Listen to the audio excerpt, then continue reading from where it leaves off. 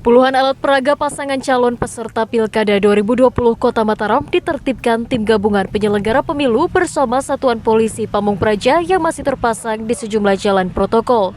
Penertiban tersebut sesuai surat edaran PKPU yang mewajibkan seluruh kawasan steril dari APK Paslon memasuki masa tenang.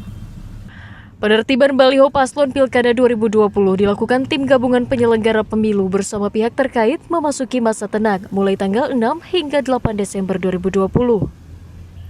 Proses penertiban dilakukan dengan menurunkan seluruh baliho dan APK paslon tanpa terkecuali yang masih terpasang di sejumlah jalan protokol di Kota Mataram.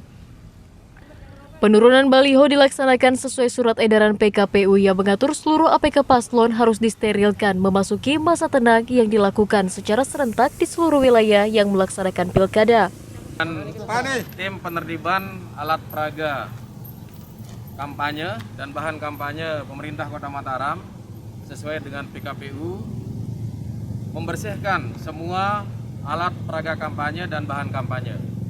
Harapan kita, tim yang kita bagi menjadi dua bagian.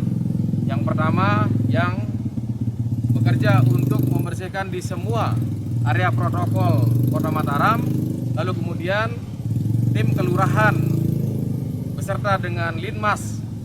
Selain mengawasi, tidak boleh dilaksanakan kampanye. Bawaslu sendiri selanjutnya akan mengawasi proses distribusi logistik pemilu pada masa tenang agar berjalan lancar tanpa kendala.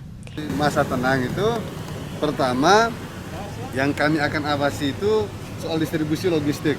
Nah, ini mungkin akan sering diabaikan oleh orang.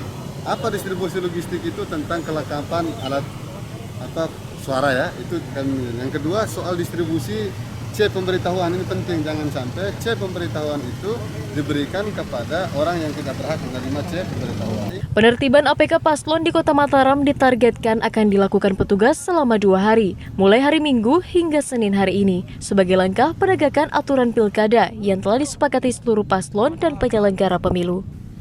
Dari Kota Mataram, Emi Kusuma, Tim Liputan, melaporkan.